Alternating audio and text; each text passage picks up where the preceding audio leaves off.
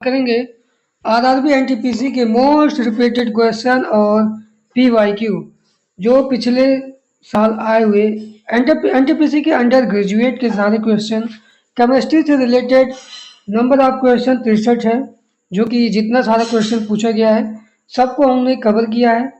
तो बने रहिए हमारे साथ इस वीडियो में, आपको पूरा पीवाईक्यू दिखाएंगे, वो भी केमिस्ट्री से रिलेटेड। चलिए बैक टू बैक क्वेश्चन हम लोग करेंगे। पीवाईक्यू कर रहे हैं, जैसा कि कौन सी ऊष्मागतिकी राशि रासायनिक अभिक्रिया की सहजता निर्धारित करने में मदद करती है। तो वह गिब्स मुक्त ऊर्जा होती है जो सहजता निर्धारित करने में, यानी रासायनिक अभिक्रिया की सहजता यानी ऊष्मागतिकी राशि निर्धारित करने में मदद करती है। चलिए नेक्स्ट क्वेश्चन, निम्नलिखित में से कौन सी धातु का उपयोग अमोनिया संश्लेषण के लिए हैबर प्रक्रिया में उत्प्रेरक के रूप में किया जाता है। तो B is the right answer. चलिए नेक्स्ट क्वेश्चन आपके स्क्रीन पर, वह ज्ञात समीकरण कौन सा है जो बफर विलयन के घटकों दुर्बल अम्ल लवण या दुर्बल क्षार लवण या सांद्रता या उसके पीएच से संबंध रखता है। तो वह है हेंड्रस हैसलबैच समीकरण। चलिए नेक्स्ट क्वेश्चन आपके स्क्रीन पर, हरमन कोल्बे ने 1845 में अकार्बनिक पदार्थों से प्रथम बार कौन सा अम्ल बनाया था। तो वह एसिटिक अम्ल बनाया था। चलिए नेक्स्ट क्वेश्चन आपके स्क्रीन पर, 1914 में हेरोल्ड सी उरे को गैस रसायन विज्ञान में नोबेल पुरस्कार से सम्मानित किया गया था। 1934 में हेरोल्ड सी उरे को, तो वह किसके लिए इनको नोबेल पुरस्कार मिला था। तो इनको भारी हाइड्रोजन की खोज के लिए, यानी D2 मतलब भारी हाइड्रोजन खोज के लिए इनको रसायन विज्ञान में नोबेल पुरस्कार से सम्मानित किया गया है। कब? 1934 में। कौन से वैज्ञानिक? हेरोल्ड सी उरे को। चलिए नेक्स्ट क्वेश्चन आपके स्क्रीन पर, ब्रोस्टेड लॉरी सिद्धांत के अनुसार निम्नलिखित में से कौन सा अम्ल को परिभाषित करता है। तो एक प्रोटॉन दान करता है। ए इज द राइट आंसर। चलिए नेक्स्ट क्वेश्चन, संस्पर्श प्रक्रम का उपयोग निम्नलिखित में से किस रसायन विज्ञान के निर्माण के लिए किया जाता है। तो सल्फ्यूरिक अम्ल के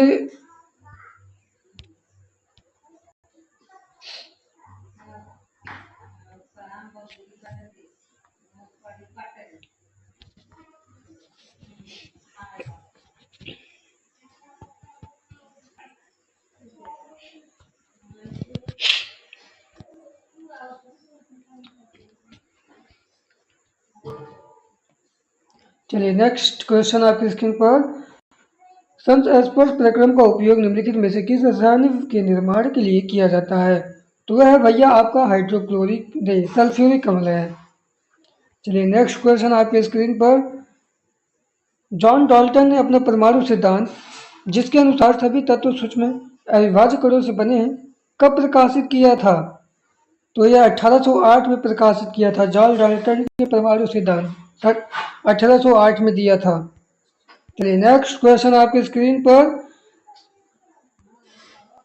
सफाई की गुणवत्ता को बेहतर बनाने और डिटर्जेंट को गाढ़ा करने के लिए गैर आयनिक डिटर्जेंट अभिक्रियाओं में किस अम्ल का उपयोग किया जाता है।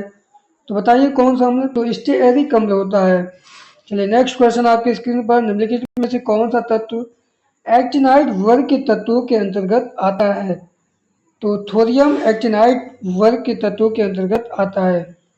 चलिए नेक्स्ट क्वेश्चन, pH2 वाला विलयन pH4 वाले विलयन से कितना गुना अधिक अम्लीय होता है। तो वह लगभग 100 गुना अधिक होगा। दुगुना मतलब 100 गुना। चलिए नेक्स्ट क्वेश्चन आपके स्क्रीन पर, डाल्टन के परमाणु सिद्धांत की कौन सी परिकल्पना निश्चित अनुपात के नियम की व्याख्या करता है। तो देखिए यहाँ पर कुछ ऑप्शन दिया है, उनको पहले पढ़ा जाए। जैसे ऑप्शन ए दिया है, विभिन्न तत्वों के परमाणुओं के द्रव्यमान और गुणधर्म भिन्न भिन्न होते हैं। क्या एक ही तत्व के परमाणुओं के द्रव्यमान आकार समान होते हैं, या परमाणु अविभाज्य और अविनाशी होते हैं। परमाणु सरल संपूर्ण संख्या अनुपात में संयोजित होकर एक यौगिक बनाते हैं। तो इसमें D is the right answer लग रहा है, क्योंकि परमाणु पूर्ण संख्या अनुपात में संयोजित होकर यौगिक बनाता है। D is the right answer. चलिए नेक्स्ट क्वेश्चन आपके स्क्रीन पर, आवर्त सारणी में निम्नलिखित में से कौन सा गुणधर्म सामान्यतः एक आवर्त में बाएं से दाएं बदलता है? तो बाएं से दाएं आयनन आयनीकरण एंथैल्पी मतलब आयनन ऊर्जा बढ़ती है भैया। चलिए नेक्स्ट क्वेश्चन आपके स्क्रीन पर। यद्यपि कोलाइड समरूप प्रतीत होता है तो वास्तव में यह क्या है? निलंबन है, वास्तविक विलयन है, सजातीय मिश्रण है या विस्मय जातीय मिश्रण है? तो D is the right answer, विस्मय जातीय मिश्रण। चलिए नेक्स्ट क्वेश्चन आपकी स्क्रीन पर। प्रारंभिक वायुमंडल में कौन सी गैस सबसे कम प्रचुर मात्रा में थी? तो सी इज द राइट आंसर, मुक्त ऑक्सीजन था। चलिए नेक्स्ट क्वेश्चन आपकी स्क्रीन पर। कौन सा संयुग्मी अम्ल क्षार के युग्मक के रूप में कार्य करता है? तो अम्ल क्षार के रूप में कौन सा कार्य करेगा? तो NH4 और प्लस NH3, ये जो अम्ल और क्षार के रूप में कार्य करते हैं। चलिए नेक्स्ट क्वेश्चन आपके स्क्रीन पर। 1923 में पहली बार किन दो शोधकर्ताओं ने स्वतंत्र रूप से समझा दिया या सुझाव दिया कि अम्ल क्षार अभिक्रियाओं को प्रोटॉन हस्तांतरण अभिक्रिया के रूप में माना जा सकता है?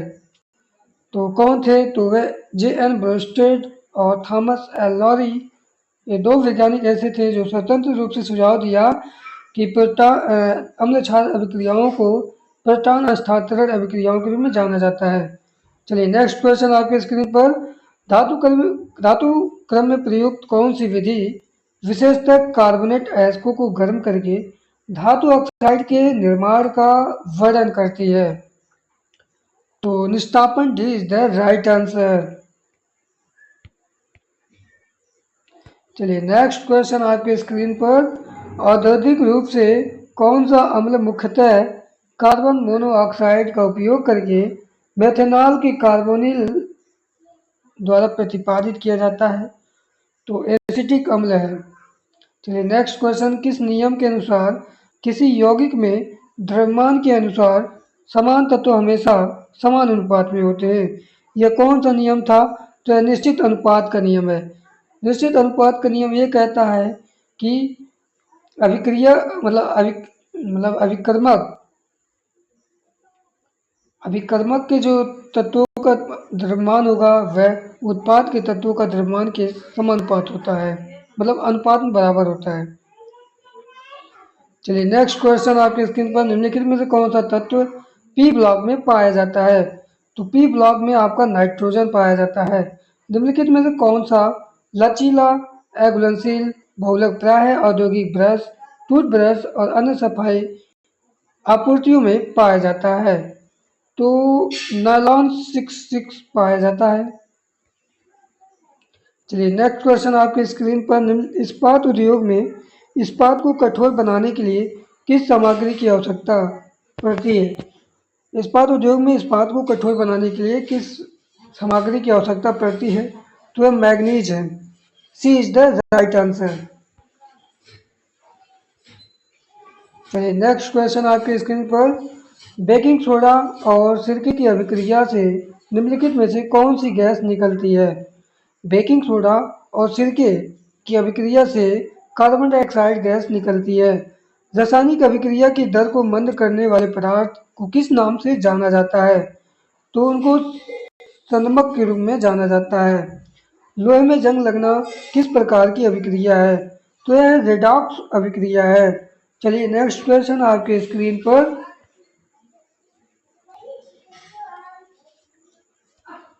चलिए आवर्त सारणी की किस ब्लॉक में सामान्यतः संक्रमण तत्व पाए जाते हैं?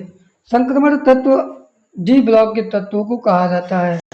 चलिए निम्नलिखित में से कौन सा तत्व आवर्त सारणी के एस ब्लॉक से संबंधित है? तो एस ब्लॉक से संबंधित कैल्शियम है। निम्नलिखित में से कौन सा HCl का संयुग्मी क्षारक है? तो बताइए HCl का संयुग्मी, यहाँ क्लोरीन जो है वह HCl का संयुग्मी क्षारक है, क्योंकि H अम्ल है तो HCl क्या है?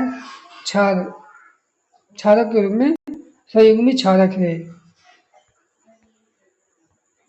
चलिए नेक्स्ट क्वेश्चन आपके स्क्रीन पर। डाल्टन के परमाणु सिद्धांत की कौन सी परिकल्पना द्रव्यमान संरक्षण के नियम को दर्शाती है? यहाँ द्रव्यमान संरक्षण का नियम पूछ लिया है। तो द्रव्यमान से क्या यहाँ मतलब चार ऑप्शन है, देख लीजिए क्या कह रहा है। सभी द्रव्य अविभाज्य कणों से बने होते हैं जिन्हें परमाणु कहा जाता है, क्या यह कहे थे? या विभिन्न तत्वों के परमाणु द्रव्यमान और गुणधर्म भिन्न भिन्न होते हैं, या रासायनिक अभिक्रिया में परमाणु का न तो निर्माण किया जा सकता और न ही नष्ट। C is the right answer.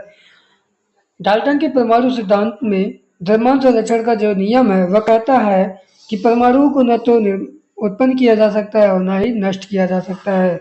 तो हमारा सी इज द राइट आंसर होगा। चलिए नेक्स्ट क्वेश्चन आपके स्क्रीन पर। रसायन विज्ञान का कौन सा मूलभूत नियम इस तथ्य से स्पष्ट होता है कि हाइड्रोजन और ऑक्सीजन सदैव एक निश्चित अनुपात मतलब 1 और 8 के द्रव्यमान के अनुपात में संयोजित होकर जल बनाते हैं। तो वह कौन सा नियम है? तो स्थिर अनुपात का नियम है भैया। चलिए नेक्स्ट क्वेश्चन आपके स्क्रीन पर। कैल्शियम सल्फेट हेमीहाइड्रेट का औद्योगिक नाम क्या है? तो plaster of Paris. C is the right answer.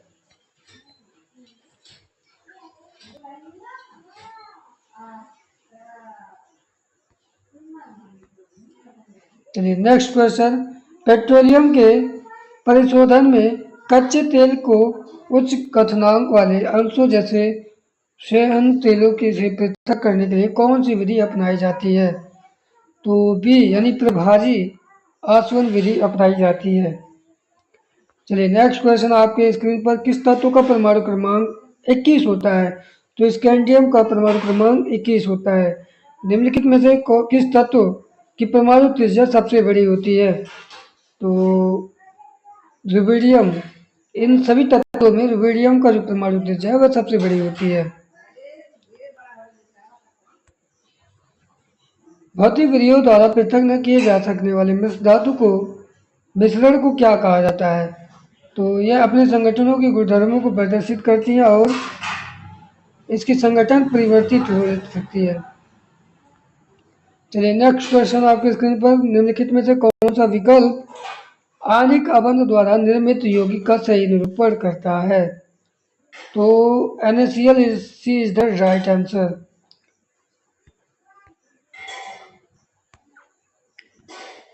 1869 में आवर्त सारणी के पहले व्यापक रूप से मान्यता प्राप्त संस्करण को प्रकाशित करने का श्रेय किसे दिया जाता है? तो दिमित्री मेंडलीव को दिया जाता है। आधुनिक आवर्त के नियमानुसार तत्वों की विशेषताएं किसके आवर्तीय फलन होते हैं? तो परमाणु संख्या के आवर्ती फलन होते हैं। बेवरेज उद्योग में शीतल पेय और सोडा जल की बोतलों को उच्च ताप पर क्यों सील किया जाता है? क्योंकि कार्बन डाइऑक्साइड की विलेयता बढ़ाने के लिए। चलिए नेक्स्ट क्वेश्चन आपके स्क्रीन पर। 3 समान गुणों वाले तत्वों के समूह को डोबेराइनर ने क्या नाम दिया? तो त्रिक नाम दिया। चलिए आपकी स्क्रीन पर निम्नलिखित में कौन सा रसोई रसायन अचार को प्रेक्षित करने के लिए प्राय उपयोग किया जाता है? तो सिरका इज द राइट आंसर। चलिए आपके स्क्रीन पर लास्ट क्वेश्चन है। किस रासायनिक अभिक्रिया में अभिक्रिया शुरू होने से पूर्व जो पदार्थ उपस्थित होते हैं उन्हें क्या कहा जाता है? तो उन्हें अभिकारक कहा जाता है। थैंक्स दोस्तों। अगर आपको वीडियो पसंद आए तो लाइक शेयर सब्सक्राइब जरूर करिएगा, क्योंकि अगला वीडियो इससे ढाकड़ है। अब हम करेंगे। अगर आप चाहते हैं कि चैप्टर वाइज PYQ कराया जाए तो कमेंट जरूर करिएगा। थैंक्स दोस्तों।